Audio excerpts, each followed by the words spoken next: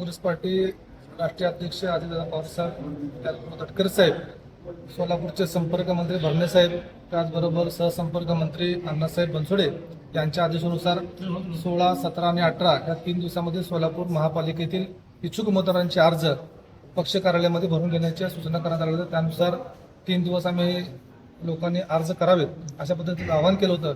आज त्याचा पहिला दिवस. या पहिल्या दिवशी जवळपास 122 लोकांनी इच्छुकांनी आज अर्ज भरलेले आहेत. उद्या आणि परवा असं अजून 2 दिवस या ही अर्ज भरण्याची प्रक्रिया चालू राहील.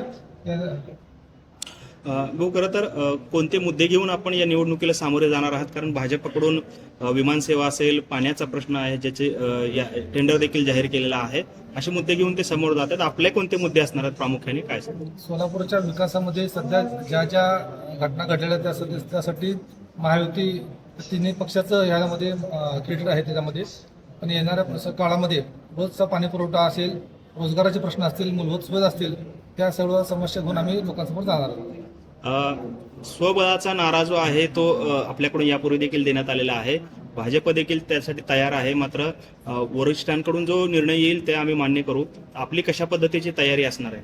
सहसंपर्क मंत्री अण्णासाहेब बनसोडे साहेब या गेल्या पंधरवड्यात आल्यानंतर त्यांनी सोलापूर शहरामध्ये 102 ठिकाणी आम्ही उमेदवार देणार आणि जवळपास 75 पारचा नारा दिलेला होता. आणि त्याच आदेशानुसार आम्ही सध्या 102 ठिकाणी तयारी करत आहोत. तशा पद्धतीने आम्हाला चांगला प्रचंड असा प्रतिसाद लोकांकडून मिळतोय. उमेदवाराचे इच्छुक सुद्धा आमच्याकडे प्रचंड प्रमाणात येत आहेत.